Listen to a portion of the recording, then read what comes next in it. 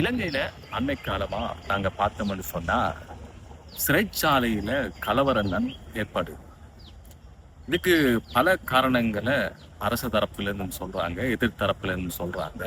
இப்படி சிறைச்சாலையினுடைய சிறை கைதிகள் கலவரத்துல ஈடுபடுறது, கூரை மேல ஏறி உண்ணாவிரதம் இருக்கிறது, கூரையை உடைக்கிறது, நெருப்பு குடுக்கிறது, அங்குள்ள தளபாடங்கள, கட்டடங்கள இடிச்சு ஒரு பெரும் யுத்தம் நடந்த மாதிரி அந்த சிறைச்சாலை வளாகத்த அப்படியே யுத்த பூமிமாய் அவங்க மாத்திருப்பாங்க. அப்படி ஒரு கலவரத்துல ஈடுபட்டிருப்பாங்க. பிறகு போலீசார் போய் ராணுவத்தினர் போய் அதை கட்டுப்பாட்டுக்குள்ள கொண்டு வருவாங்க. சிறைச்சாலையில யாரெல்லாம் இருப்பாங்க? கொலை செஞ்சவங்க இருப்பாங்க, களவெடுத்தவங்க இருப்பாங்க, கொள்ளை அடிச்சவங்க இருப்பாங்க, சண்டை பிடிச்சி பெரும் கலவரத்தில் ஈடுபட்டவங்க, பயங்கரவாதத்தில் ஈடுபட்டவங்க, மோசடியில ஊழல், இப்படி நிறைய சமூக விரோத செயற்பாட்டில் ஈடுபட்டவங்க, குற்றங்களை ஈடுபட்டவங்க தான் சிறைச்சாலையில ஜெயில இருப்பாங்க. இப்ப இவங்க என்ன செஞ்சிருக்காங்கன்னு சொன்னா, இப்ப பெரிய ஒரு கலவரத்தை ஏற்படுத்தி சிறைச்சாலைக்குள்ள வாழ முடியாது, இருக்க முடியாது, அங்கு பாதுகாப்பு இல்லை, ஒரு மனித உரிமை மீறப்படுது அப்படிங்கிற விஷயத்த அங்க சிறைச்சாலையில இப்படியான கலவரத்தை ஏற்படுத்தி வெளி உலகத்துக்கு தெரியப்படுத்துறாங்க. சிறைச்சாலையில ஏன் இப்படியான சம்பவங்கள் ஏற்படுகிறது? அங்க பாதுகாப்பு இல்லையா? அங்க போலீசார் இல்லையா? சிறை கைதிகளை பாதுகாக்கிற ஜெயிலர்ஸ் மாதிரி இல்லையா?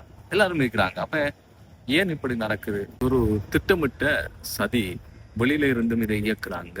எதிர்கட்சிகள் தான் இப்படியான சதியில ஈடுபடுறாங்க. இவங்க இப்படி மோசமான சம்பவத்தில் ஈடுபடுறாங்க, நாட்டை குழப்புறாங்க. இந்த அரசாங்கத்துக்கு சிறை கைதிகளை கூட பாதுகாக்க முடியாது, அங்குள்ள சண்டைகளை, கலவரத்தை கட்டுப்படுத்த முடியல. எப்படி நாட்டை இவங்க கொண்டு பண்ண போறாங்க, நாட்டை செய்ய போறாங்க, இப்படிங்கிற விஷயம் எல்லாம் பார்லிமெண்ட்ல பேசுறாங்க. எனவே அரசாங்கம் என்கிற ரீதியில ஒரு புலனாய்வு தகவல் கிடைச்சிருக்கு அப்படின்னு சொன்னா அதன் அடிப்படையில் அவங்க செயற்படணும். அடுத்தடுத்து இன்னும் 4-5 சிறைச்சாலைகளை கலவரத்தை ஏற்படுத்த போறாங்க அப்படிங்கிற விஷயம் மட்டும் புலனாய்வு தகவல் அடிப்படையில் அரசாங்கத்துக்கு தெரிய வருது அப்படின்னு சொன்னா அந்த சிறைச்சாலைகள் என்ன அப்படின்னு சொல்லி அறிஞ்சு கொண்டு அங்க பாதுகாப்புகளை பலப்படுத்தணும், மேலதிகமான பாதுகாப்புகளை போடணும். ஏன்னா இல்லைன்னு சொன்னா நாட்டுல ஒரு ஸ்திரத்தன்மை இல்லாம ஒரு குழப்ப நிலையை ஏற்படுத்தக்கூடிய ஒரு வாய்ப்பு இருக்கு. இதனால மக்கள் இந்த அரசாங்கத்தின் மீது கோபம் கொள்ளக்கூடிய அல்லது வெறுப்பு ஏற்படக்கூடிய அளவுக்கு மக்களை மனநிலை ஏற்படும். ஏன் இப்படி எல்லாம் நடக்குது? அரசாங்கத்தை கட்டுப்படுத்த முடியாதா?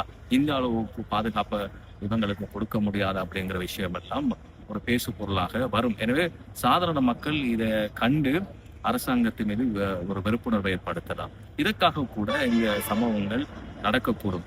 எனவே அப்ப புலனாய்வு தகவல் என்ன சொல்லுதோ அதன் அடிப்படையில செயற்பட்டு பாதுகாப்புகளை பலப்படுத்தணும் அப்படிங்கிறது மிக முக்கியமானது. இல்லைன்னு சொன்னா அடுத்து இப்படியோ இந்த சிறைச்சாலையில நடக்கிற சம்பவங்கள் தொடர் சிறைச்சாலையில நடந்துட்டு போகும். அரசாங்கத்துக்கு ஒரு பெரும் இலக்காகவே இந்த சம்பவம் முடியும். இதனால்தான் எதிர்கட்சிகளுக்கு எப்போதும் கொண்டாட்டமாக இருக்கும். எப்போதும் எதிர்கட்சியில வேலை அரசாங்கத்தின் மீது ஒரு பழியை சுமத்துவது, அந்த அரசாங்கத்தை ஆட்டங்கால வைக்கிறது, அரசாங்கத்தினால நாட்டை செய்ய முடியாது அப்படிங்கிற விஷயத்துக்கு அவங்க துணை போவாங்க. எனவே யாரும் எதுவும் செய்யலாம். ஆனா அரசாங்கம் என்பது ஒரு நாட்டில் ஒரு வலுவாக இருக்கணும்.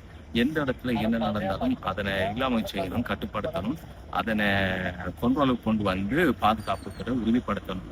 இந்த சிறை கைதியில பாருங்க, சிறைச்சாலையில குற்றம் இழைத்தவங்க போய் அங்க தண்டனை அனுபவிக்க போனா அல்ல திருந்த போனவங்க என்ன செய்யறாங்கன்னா மிகப்பெரிய கலவரத்தில் ஈடுபடுற அளவுக்கு அங்க சிறைச்சாலை கட்டமைப்புகள் இருக்கிறது என்பது மிக கவலையான விஷயம். அங்க பெரும் ஆயுதங்களை கொண்டு, இரும்புகளை கொண்டு, கொள்ளு தடிகளை கொண்டு அல்லது நெருப்பு கொடுத்து அந்த மிகப்பெரிய கலவரத்தில் ஈடுபடுறாங்கன்னு சொன்னா சிறை கைதிகள் அங்கேயே போய் ஒரு வன்முறையாளர்களாக மாறுறாங்க. அப்படிங்கிற போது மிக ஒரு கவலையான விஷயம். அவங்க குற்றமிழைத்ததுக்கு அங்க ஒரு பரிகாரத்துக்காக அல்லது அதுக்கான தண்டனை அனுபவிக்கிறதுக்கு போனவங்க, அதுக்கு அல்லது அங்கிருந்து மீண்டு நல்ல ஒரு பிரகையாக வெளியே வர போனவங்க இப்படியெல்லாம் ஒரு செட்டா குழுவா இணைஞ்சு இப்படியெல்லாம் கலவரத்தில் ஈடுபடுறாங்க அப்படிங்கிறது அங்க ஒரு மிகப்பெரிய ஒரு மாஃபியா அல்லது மிகப்பெரிய ஒரு சக்தி இருக்கு அப்படிங்கிறதான் ஊகிக்க முடிகிறது.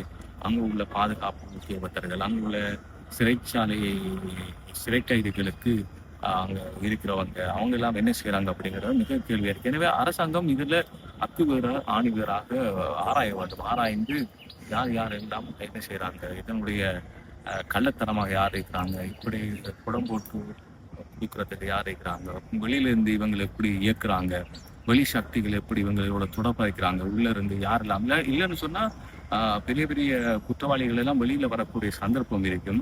அப்ப இலங்கையில ஒரு பாதுகாப்பு இல்லை அப்படின்றத காட்டிக்கொண்டு இப்ப நீங்க பார்த்த தெரியும் உங்களுக்கு முக்கியமானவங்க எல்லாம் தண்டனை அனுபவிக்கிறாங்க. அரசியல்வாதிகள், முக்கியமான பொறுப்பில் இருந்த அதிகாரிகள் கூட தண்டனைகளை அனுபவிச்சு இப்ப இந்த சிறைச்சாலைக்கு போயிட்டு இருக்கிறாங்க, சிறைச்சாலை வைக்கிறாங்க.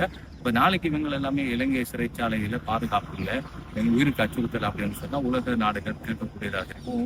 இலங்கையில முதல் பாதுகாப்பு உறுதிப்படுத்த. எனவே இதுல அரசாங்கம் மிக கவனமாக இருந்து விழிப்புணர்வுடன் இருந்து இந்த சிறைச்சாலைகளை பாதுகாக்கிற விஷயத்துல கண்ணும் கருத்துமாக இருக்கணும் அப்படிங்கிறத தாழ்மையாக கேட்டுக்கொள்வோம்.